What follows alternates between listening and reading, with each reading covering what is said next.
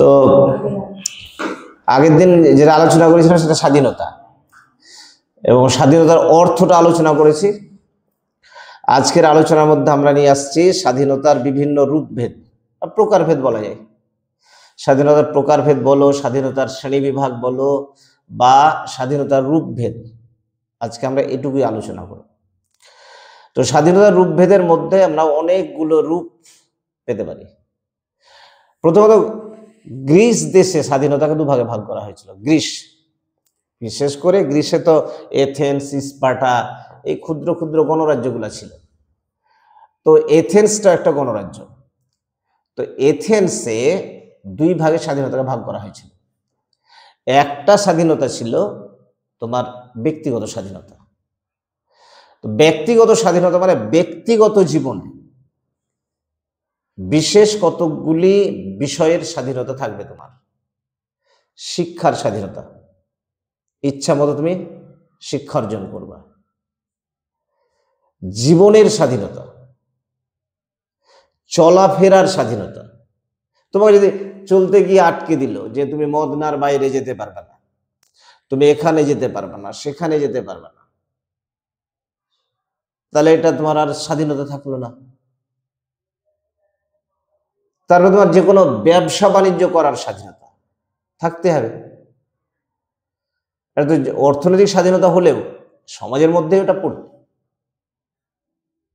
তাহলে শিক্ষার স্বাধীনতা এলো, চলাফেরার স্বাধীনতা এলো, বাসস্থান, তুমি ঘর নির্মাণ করবা, তোমার মতো করবা। তাহলে এই সমস্ত হলো তোমার স্বাধীনতা ব্যক্তিগত। আর একটা স্বাধীনতা করা বলতে সম্প্রদায়গত স্বাধীনতা, যেটাকে জাতীয় স্বাধীনতা বলা হয়। তো জাতীয় স্বাধীনতা বা সম্প্রদায়গত স্বাধীনতা বলতে বলা হচ্ছে একটা স্বাধীন সার্বভৌম রাষ্ট্রের কার্যকলাপ। রাষ্ট্র যতক্ষণ স্বাধীন সিদ্ধান্ত গ্রহণ করতে না পারবে, নিজের সার্বভৌম শক্তির জোরে যতক্ষণ না সিদ্ধান্ত গ্রহণ করবে বাইরের রাষ্ট্রের হস্তক্ষেপ মুক্ত হয়ে, ততক্ষণ কোন একটা জাতি স্বাধীন নয়। 1947 সালের 15 আগস্টের আগে ভারতবর্ষ স্বাধীনভাবে সিদ্ধান্ত গ্রহণ করতে পারত না। কেন? ভারতবর্ষ কার কলোনি ছিল? ব্রিটেনের কলোনি ছিল। সুতরাং তখন ভারতবর্ষের জাতীয় স্বাধীনতা বলে কিছু ছিল না। তারপর থেকে ভারতবর্ষের জাতীয় স্বাধীনতা রয়েছে। এরপরে হলো সামাজিক স্বাধীনতা। তো সামাজিক স্বাধীনতা যে প্রত্যেকটা সমাজে কিছু রীতিনীতি থাকবে, কিছু রীতিনীতি, নিয়ম কানুন, নীতি নৈতিকতা থাকে। তো রীতিনীতি, নিয়ম কানুন, নীতি নৈতিকতার যে স্বাধীনতা, স্বাধীনভাবে এগুলি পালন করা, এটাকে বলা হয় সামাজিক স্বাধীনতা। তাহলে সমাজের স্বাধীনতা থাকা ভালো, কিন্তু অনেক সময় দেখা যায় কোনো কোনো সমাজে যে প্রচলিত রীতিনীতি রয়েছে, যে প্রচলিত নিয়ম কানুন রয়েছে, যা যে ধরনের নৈতিকতা পোষণ করে, তা হয়তো মানুষের জন্য ক্ষতিকারক হতে পারে। তখন সোশ্যাল রিফর্ম হয়, সামাজিক সংস্কার হয়, সংস্কার আন্দোলন হয়। যেমন ভারতবর্ষে একটা সময় ছিল সতীদাহ প্রথা। তো সমাজের মানুষ মনে করতো এটাই নিয়ম, সমাজের মানুষ মনে করত এটাই তোমার নিয়ম নীতি, এটাই নৈতিকতা। অর্থাৎ স্বামী যদি মারা যায়, তার চিতায় তার স্ত্রীকে পুড়িয়ে মারা হবে, এটা সমাজে প্রচলিত ছিল। কিন্তু আজকের সমাজ এটা স্বীকার করবে না, মান্যতা দেবে। এটা অমানবিক হিসেবে উড়িয়ে দেওয়া হয়েছে। লর্ড উইলিয়াম বেন্টিংকের আমলে এটাকে আইন করে বাতিল করে দেওয়া হয়েছে। রাজা রামমোহন রায়ের প্রচেষ্টা এটা বাতিল হয়ে গেছে সমাজ থেকে। আবার দেখা যেত সেই সমাজে বাল্যবিবাহ ছিল, সেটাকে মানুষ খুশি খুশি মেনে নিয়েছিল, হ্যাঁ এটা তো ঠিক। বহু বিবাহ প্রচলিত ছিল। তো এই যে সামাজিক নিয়ম নীতি মান্য করার যে অধিকার প্রদান করা, সেটা হলো সামাজিক স্বাধীনতা। তো সামাজিক স্বাধীনতা ভালো, কিন্তু সবসময় ভালো এই কথা বলা যাবে না। এবার চলে এসো, তোমার অর্থনৈতিক স্বাধীনতা আছে। অর্থনৈতিক স্বাধীনতা, তাহলে অর্থনৈতিক স্বাধীনতা কি? অর্থনৈতিক স্বাধীনতা হলো যে কোনো ধরনের ব্যবসা বাণিজ্য ইচ্ছে মতো করার অধিকার, অর্থনৈতিক স্বাধীনতা। তোমার জীবন ধারণের অধিকার, অভাব অনটন থেকে মুক্তি পাওয়ার অধিকার, কর্মের অধিকার, এগুলো সব কি? অর্থনৈতিক অধিকার। এগুলো যদি বন্ধ করে দেওয়া হয়, তোমার ইচ্ছে মতো কর্ম করার অধিকার না দেওয়া হয়, তোমার কর্মের অধিকার বন্ধ করে দেওয়া হয়, ইচ্ছে মতো ব্যবসা বাণিজ্য করার অধিকার বন্ধ করে দেওয়া হয়, তাহলে তোমার আর্থিক স্বাধীনতা থাকবে না। তাহলে মানুষের আর্থিক স্বাধীনতা থাকতে হবে, নাহলে সে সচ্ছল জীবনযাপন করবে কেমন করে? তাহলে দারিদ্র মুক্ত সচ্ছল জীবন যাপনের জন্য কি দরকার? অর্থনৈতিক স্বাধীনতা দরকার। আর একটা স্বাধীনতা রয়েছে, সেটা রাজনৈতিক স্বাধীনতা। রাজনৈতিক স্বাধীনতা মানে হচ্ছে ব্যক্তির শাসন কার্যে অংশগ্রহণের অধিকার। তা ব্যক্তির শাসন কার্যে অংশগ্রহণের অধিকার বলতে বোঝায়, যেমন ধরো ভোটদানের অধিকার। তাহলে প্রত্যেকে আমরা যখন একটা নির্দিষ্ট বয়সে পৌঁছাবো, মানে প্রাপ্ত বয়স্ক হব, তখন আমার ভোটার লিস্টে নাম থাকতে হবে। আমি প্রতিনিধি নির্বাচনের অধিকার ভোগ করব। আমি আবার নির্বাচনে দাঁড়াতেও পারবো, ভোটে দাঁড়াতে পারবো। তাহলে আমি যখন নির্বাচন করতে পারবো, আমি নির্বাচিতও হতে পারবো। চাকুরির অধিকার, এটাও কিন্তু রাজনৈতিক অধিকার। সরকারের বিরুদ্ধে সমালোচনা করার অধিকার, এগুলো সবই রাজনৈতিক অধিকার। কোন একটি সমাজে যদি রাজনৈতিক অধিকার না থাকে, তাহলে সেই মানুষটা হীনমন্য হয়ে পড়ে, মনে হবে আমি রাষ্ট্রে যেন কেউ না। সুতরাং মানুষকে রাজনৈতিক স্বাধীনতা দিতে হবে। তোমার ভোট অন্য কেউ দিয়ে নিল, তোমাকে বুথ থেকে তাড়িয়ে দেওয়া হলো, তাহলে তুমি কি বলবা? আমার রাজনৈতিক স্বাধীনতা কেড়ে নেওয়া হলো, আমার রাজনৈতিক স্বাধীনতায় হস্তক্ষেপ করা হয়েছে। তাহলে এটা হলো তোমার রাজনৈতিক স্বাধীনতা। আর একটা কি? নৈতিক স্বাধীনতা। নৈতিক কি? নীতি নৈতিকতা বলতে ভালো মন্দ। তাহলে ভালো মন্দ অনুযায়ী অনুধাবনের অধিকার এবং সেই অনুযায়ী চলার অধিকার, সেটা কি? নৈতিক অধিকার। জোর করে কেউ তোমাকে অন্যায় করাবে, তার প্রতিবাদ করতে হবে। নিজস্ব চিন্তাধারা অনুযায়ী যেটা ভালো সেটা তুমি করবে, এটাই হলো তোমার নৈতিক অধিকার। মা বাবার সেবা করা, তুমি চাইছো সেবা করতে, এটা তোমার নৈতিক অধিকার, এটা তোমার নৈতিক স্বাধীনতা। বাবা মা তার সন্তান সন্ততির কাছ থেকে সেবা পাওয়ার অধিকার, এটা কোন স্বাধীনতা? নৈতিক স্বাধীনতা। তাই নৈতিক স্বাধীনতাও থাকতে হবে। তাহলে স্বাধীনতা কত প্রকারের হয়ে গেল? বিভিন্ন প্রকারের আমরা বলেছি। তাহলে আবার দেখে নাও, ব্যক্তিগত স্বাধীনতা, জাতীয় বা সম্প্রদায়গত স্বাধীনতা, সামাজিক স্বাধীনতা, অর্থনৈতিক স্বাধীনতা, রাজনৈতিক স্বাধীনতা, নৈতিক স্বাধীনতা, আইনসঙ্গত স্বাধীনতা আছে, আইন দ্বারা প্রাপ্ত স্বাধীনতা।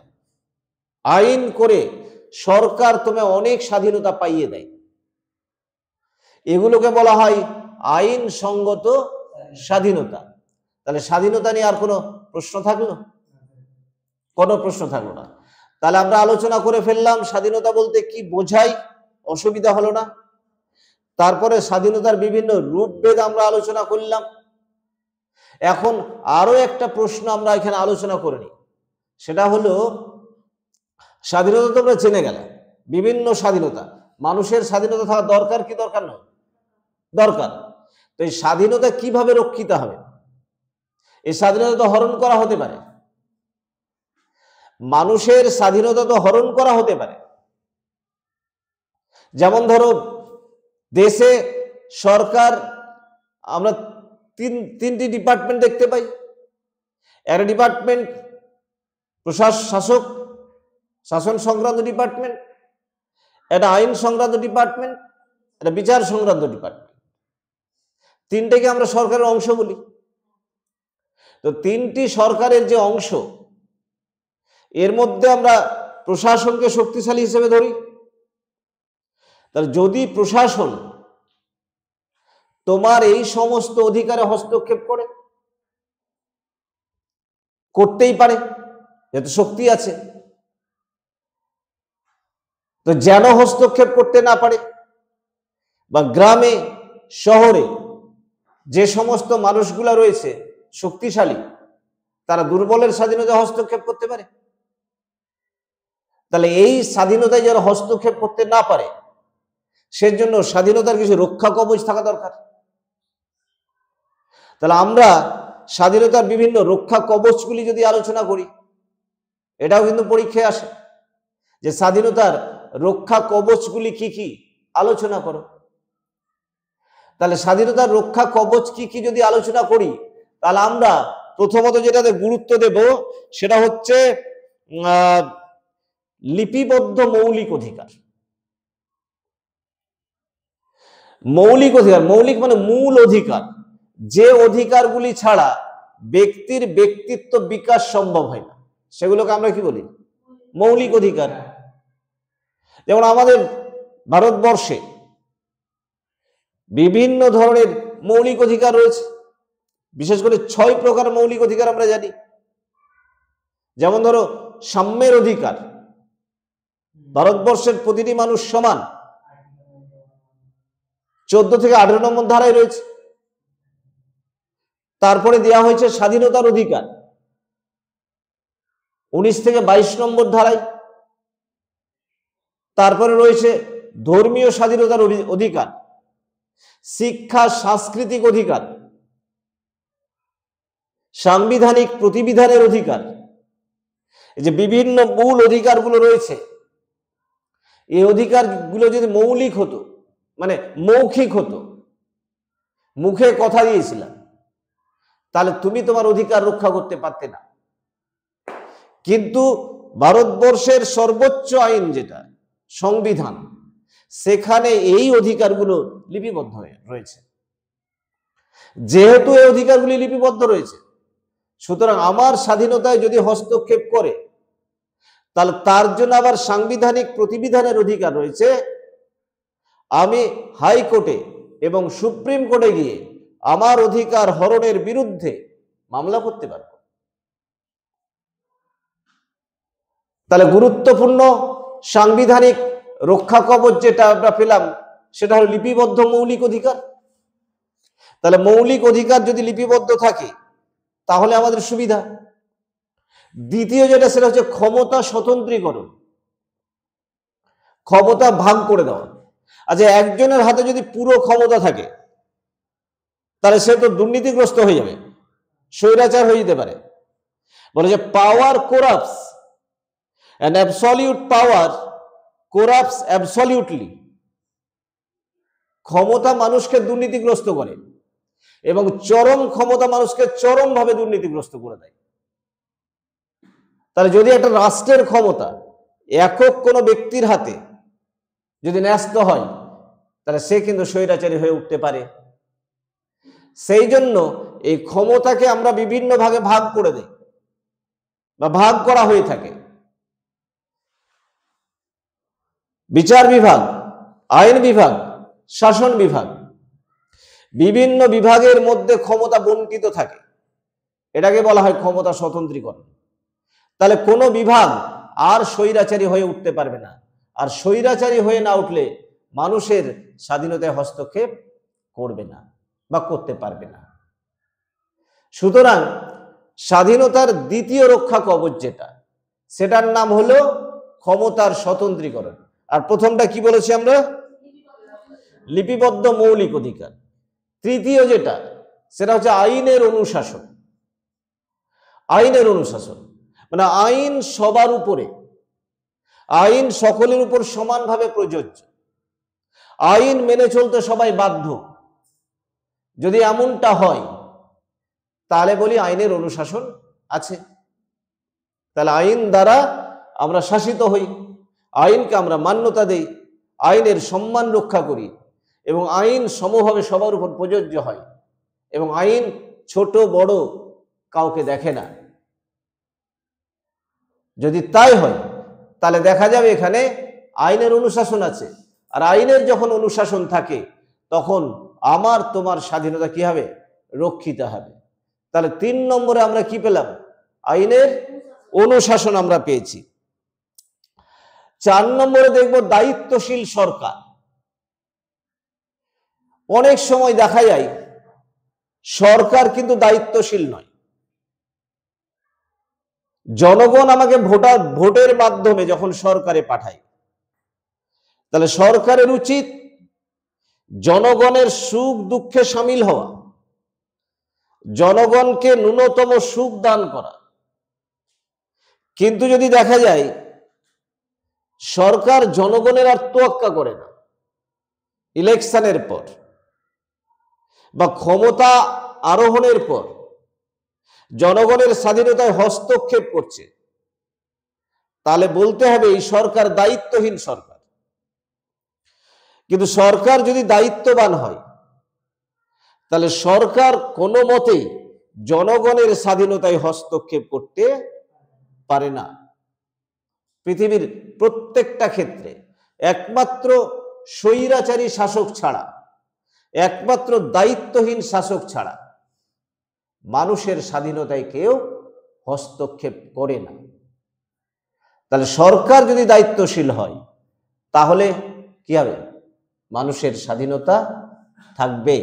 আর দায়িত্বশীল সরকার না হলে স্বাধীনতা থাকবে না। নেক্সট যেটা আমরা আলোচনা করব, সদা জাগ্রত জনমত। জনগণ যদি জাগ্রত হয়, জনগণ যদি রাজনৈতিকভাবে সচেতন হয়, জনগণ যদি নিজের অধিকার সম্বন্ধে সচেতন হয়, তাহলে জনগণ চাপ প্রয়োগ করবে কার উপর? সরকারের উপর। তখন সরকার বাধ্য হবে তোমার স্বাধীনতা অক্ষত রাখতে, অক্ষুণ্ণ রাখতে। আর জনগণ যদি অসচেতন হয়, জনগণ যদি জেগে ঘুমোয়, তাহলে তোমার অধিকার কেড়ে নেবে, তোমার স্বাধীনতায় হস্তক্ষেপ করবে। তাহলে জনগণকে জাগ্রত থাকতে হবে, জনগণকে জানতে হবে নিজ স্বাধীনতা সম্পর্কে। আর এক্ষেত্রে যেটা সবচেয়ে গুরুত্বপূর্ণ বিষয় হচ্ছে শিক্ষা।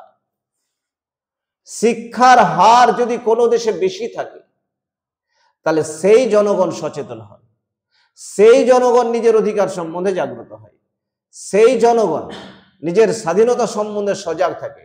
কোন সরকার আমার স্বাধীনতা হস্তক্ষেপ করছে, কোন সরকার আমায় স্বাধীনভাবে বাঁচার অধিকার দিচ্ছে, এটা কারা জানবে? শিক্ষিত জনগণ। তো যদি কোনো দেশে শিক্ষাই না থাকে তাহলে সে দেশের জনগণ কিভাবে জাগ্রত হবে? সরকারেরই উচিত জনগণকে শিক্ষিত করে দেবে।